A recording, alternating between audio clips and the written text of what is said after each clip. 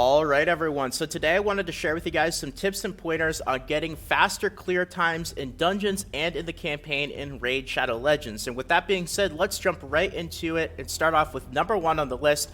And this one is going to shock you, especially if you guys are newer to the game and you haven't actually figured this out, because this is going to drastically increase your clear times, and it has absolutely nothing to do with in-game stats, DPS, gear, champions, none of that. It's actually just an in-game setting that, quite simply, once you change this in-game setting, it's going to make your clear times much quicker than they were before. And this is something that really shocked the community when Plarium Play was launched, the official desktop client for Raid Shadow Legends, because they actually included an additional option that made runs even faster, and that's going to be to increase your FPS in Raid Shadow Legends. Now, I know that sounds crazy. You might be thinking, how would that ever increase your actual clear times? Well, it does. It just makes the animations crisper, it makes things run smoother, and it will significantly increase your clear times across both the dungeons and the campaign, and by quite a bit too. I'm not just talking about a couple of percent. I mean, it can easily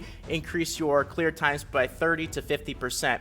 And I'll just show you guys what I am using right now. So I am recording using the Plarium Play desktop client for Raid Shadow Legends, and right now my settings are set to high for the graphics and unlimited for the frame rate. Now, you won't see the unlimited option if you are on mobile or you're using a regular emulator like BlueStacks. It'll just be 30 FPS and 60 FPS, but even if you don't have the unlimited option, the difference between 30 and 60 is still reasonably significant. But once you end up going to unlimited, that's where things get really crazy. And I just want to show you guys as an example what I mean by this. So I'm going to go through a run of the campaign, just because this is what I pretty much always do for my examples. I'm going to use Sir Nicholas because, again, this is kind of like the champion that I use for all of my example purposes, so I like to keep things relatively consistent. Use a couple of food champions here, and this is going to be a run through with unlimited frames on the Plarium Play app, and you guys will see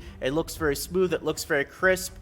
Sure, Sir Nicholas is not the fastest campaign farmer, but I'm just using him as an example. And then what I'm going to do is I'm going to lower it down to a lower frame rate setting. I'm going to lower it down to 30, and you guys will see that it definitely won't look as smooth or crisp, but it also slow down the run by a decent margin as well. So there we go. We had about 21 seconds, and now let's go back to the options and let's lower it down to 30 FPS. And I'm still using a PC client. Now, if I were on my phone and I had it on low graphics with 30 FPS, I mean, I'm easily going to be looking at 45 to a minute for a run using the exact same champion, the exact same gear, the same food champions as I'm using right now. So, you know, this is just reinforcement. This really does make a very big difference if you have not figured this out.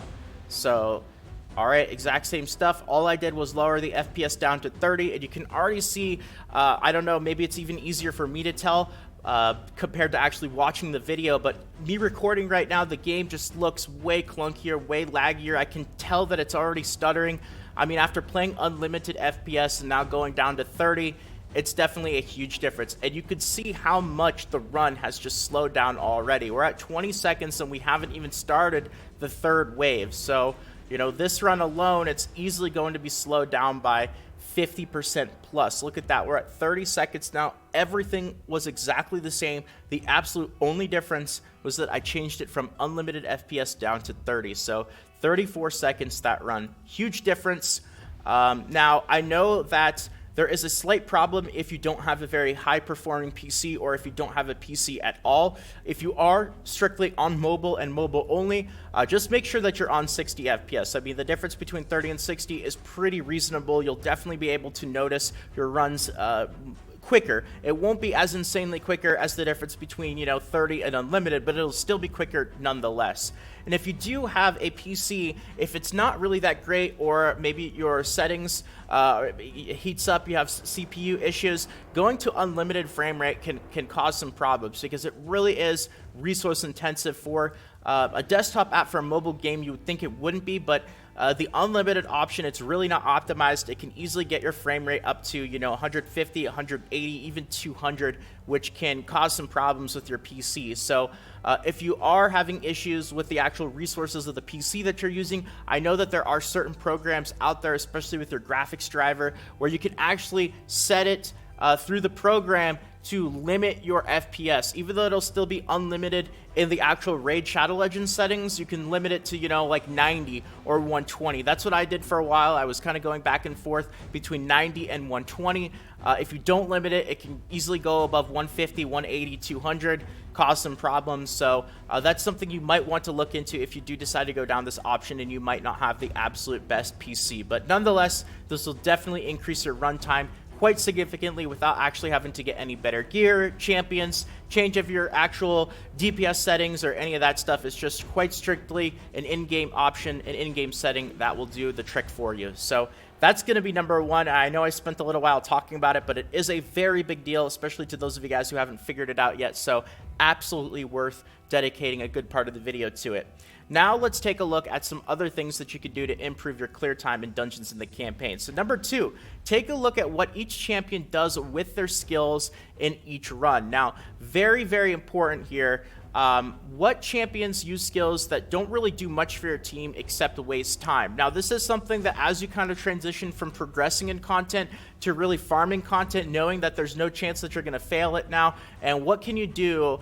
Kind of the gap between progression and farming is progression is what can you do to actually complete the content consistently without failing and dying. But now when you're farming, what can you do to lower the actual clear times of that content? And a lot of the times, it's very easy to get lost in the step and still be using a lot of the champions that you're using for progression that just quite simply waste time now. So very important though, you don't really want to focus on this if you're still working on actually progressing the content, because the number one focus should be completing it consistently without failing, without wasting energy, and then you want to worry about what can you do to actually lower the time that it takes in order to do runs.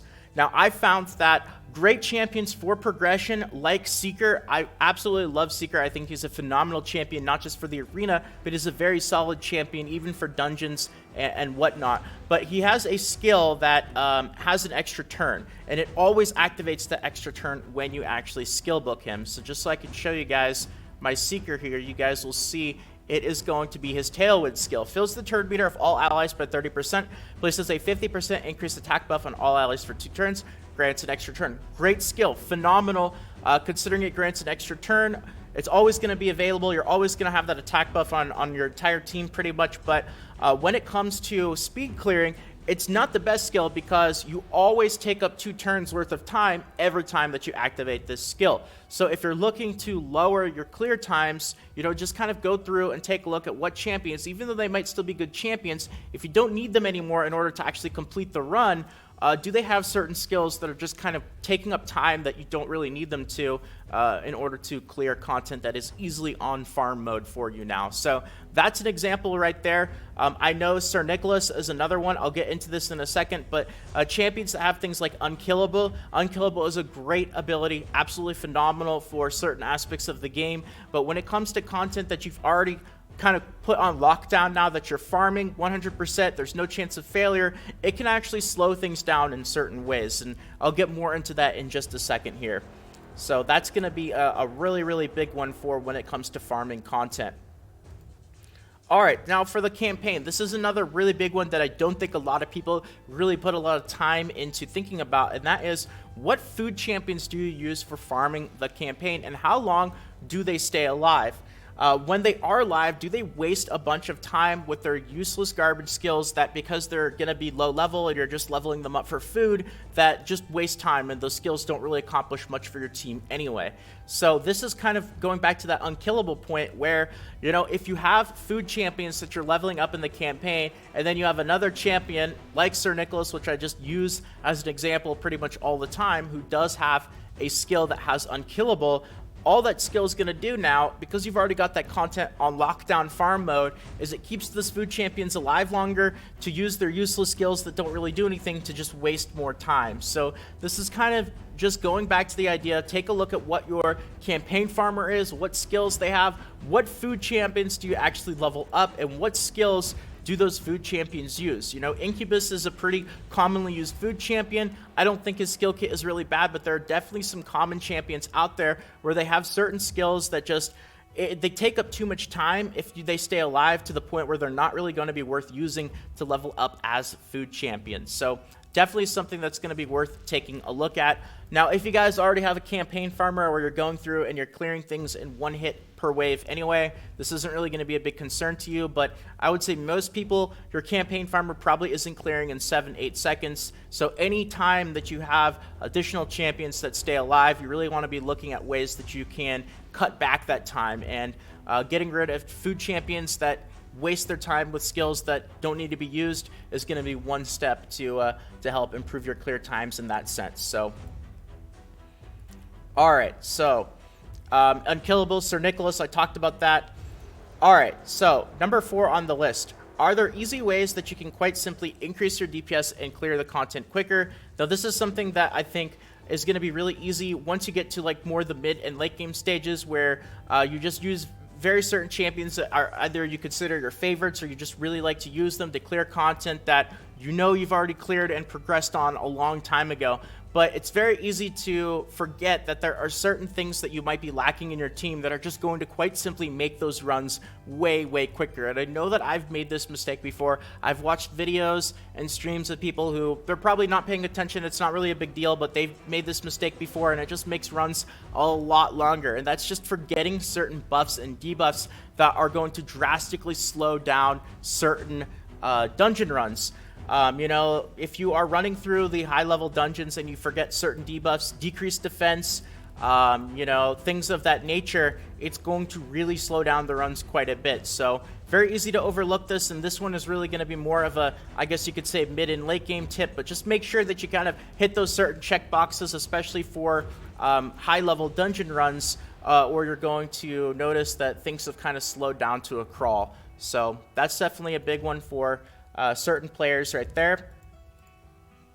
All right, and now this is another really big one. Unfortunately, I put this one last on the list here because if you are completely AFKing content, either you're using the actual you know, feature in game that lets you go through and auto battle, whether it's campaign stages, that's actually, there's an event going on now where it's active for dungeons as well, or whether you're using another option, you're not going to be able to utilize this one as much. But if you are at least somewhat at your PC or somewhat around, what you can actually do is there is a way that you can actually click on champions and it'll focus your team on that enemy. So this is going to not be super useful in every situation, but it comes in extremely handy in certain dungeons like the Ice Golem or the Spider, for example. Really useful there. I know the difference between me being there just to click on the actual Ice Golem himself when I'm on that part of the fight versus me being completely AFK and not being able to do so.